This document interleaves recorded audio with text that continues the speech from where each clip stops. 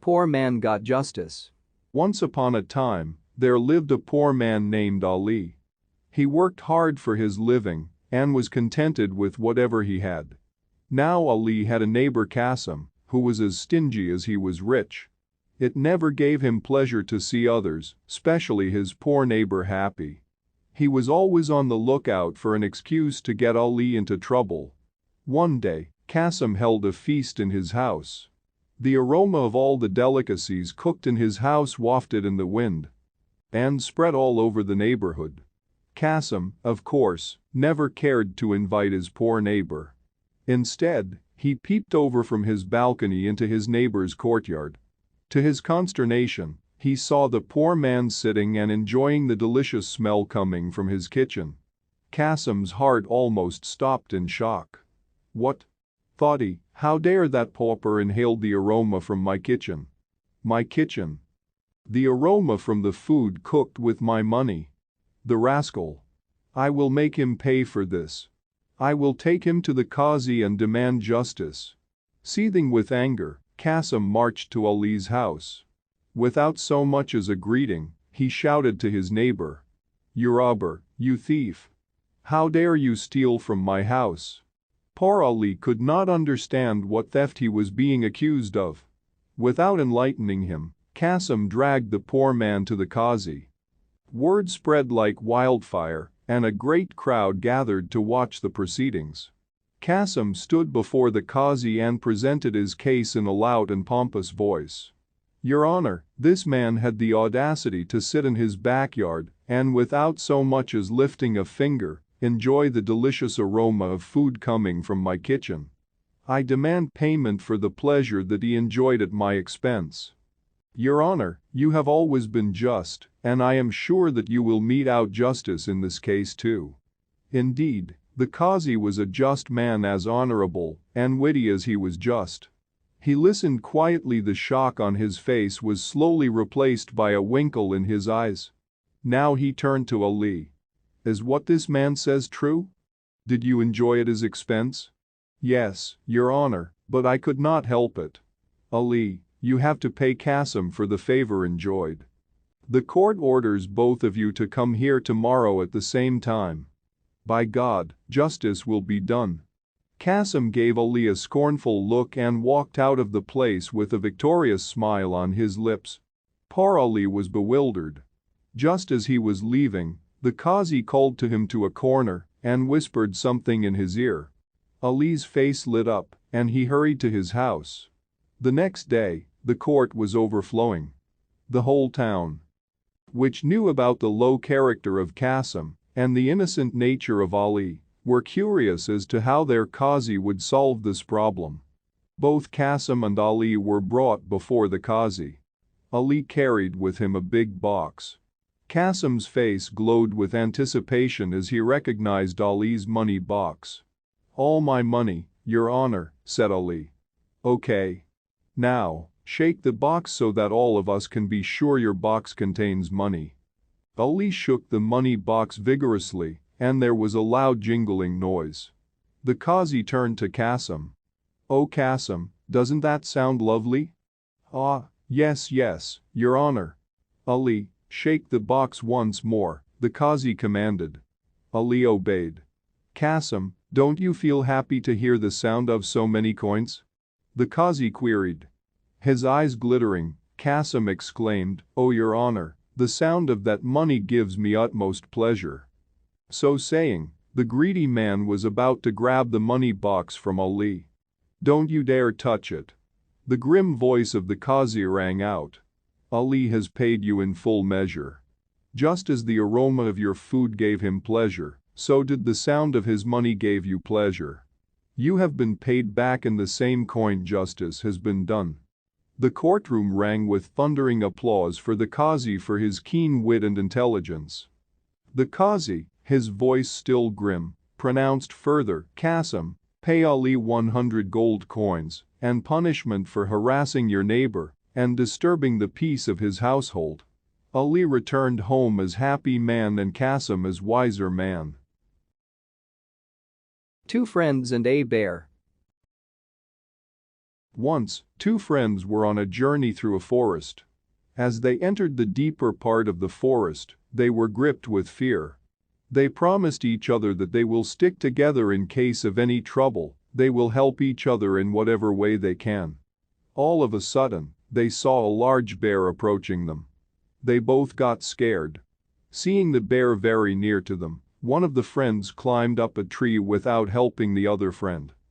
The other friend didn't know how to climb a tree. Soon he threw himself on the ground.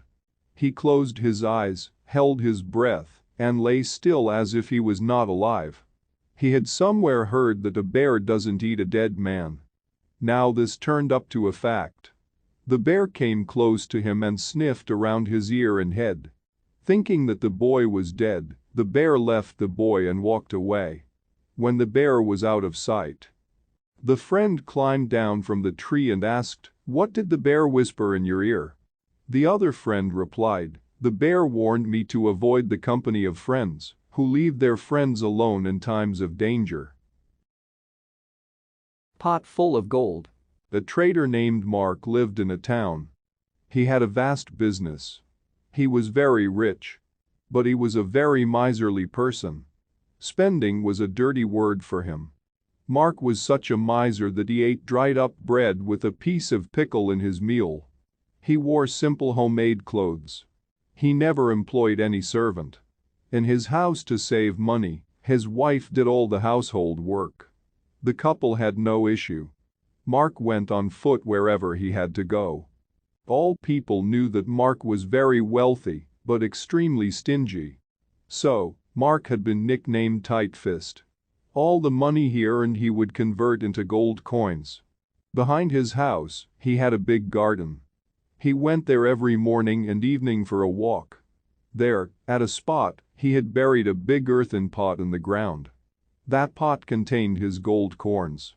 As he converted his earnings into gold coins, he kept putting them in it one after another.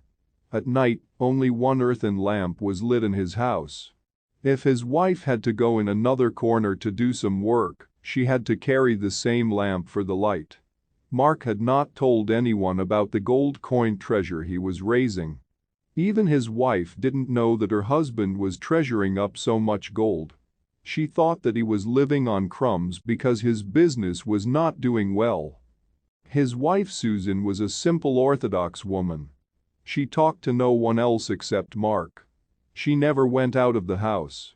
Not only that, but she had no knowledge that her husband was notorious as a tight fist. Susan yearned for fine clothes and jewelry. But she never made any demand on her husband under the impression that he was poor. If ever there was vegetable or bread left over, he would not let it be thrown away. He ate the same as the next meal. Even he avoided using shoes or slippers to save them from wearing out. Every 6 months, he would get his head shaved off to save on periodic haircut expenses. He wore dresses inside out after the normal wear to save on washing. All the time, Mark thought of new ways of saving expenses. He did go to the garden every day. His wife thought it was for health reasons. But the fact was that he went to enjoy the fruits of his miserliness. He would gleefully watch his treasure, and sometimes he would even count the gold coins. It had been happening for quite a long time. One day, a thief happened to peep in over the wall of the garden and saw Mark putting a gold coin in his treasure pot. The thief waited for the night to fall. In the darkness of the night, the thief made off with the pot full of the gold coins. In the morning, Mark went into his garden as usual. His blood curdled when he reached his treasure spot. There was a big hole where his pot used to be. He felt giddy. Should he tell his wife or inform police? His mind was not working. He staggered a few steps and collapsed. When he didn't reach home for quite some time, his wife came to the garden looking for him. Mark was carried into the house with the help of some neighbors. He fell ill due to grief and shock. Medicines were doing no good to him. At last, he revealed to his wife the loss of his gold treasure. It pained his wife too. His close friend Rashid came to see him one day. Mark confided to his friend the theft of the gold pot. Rashid understood the cause of the illness. He advised him to stop the treatment, as the real illness was in the mind of Mark. Rashid asked, "Tell me, why were you collecting all that gold?" "For myself," Mark replied. "For yourself? But you were not spending it." "Then," Mark mumbled, "I was saving it for the future. For my old age, for my children if God blesses us with." Rashid reasoned, "When you were not using that wealth now, then why would you need it in old age? Listen to me. Forget that you lost any gold treasure. Go on living as before, eating leftover, and wearing simple clothes." Mark moaned, "How's that possible? I have lost my treasure. How can I remain calm?" Rashid spoke, "Friend. The wealth that was of no use for you meant nothing. Who has that gold pot right now makes no practical difference to you. Maybe the thief is putting it to some good use. Imagine that the gold pot is still buried in your garden. If you like, you can go on living a miserly life as before. If you have learned a lesson, then spend the money you earn now on the happiness of your wife and yourself.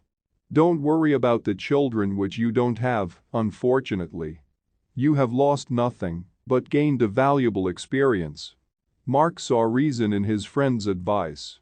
Gradually, he became healthy again. The experience changed his habit. He was no more tight-fisted. He spent money and lived comfortably with his wife.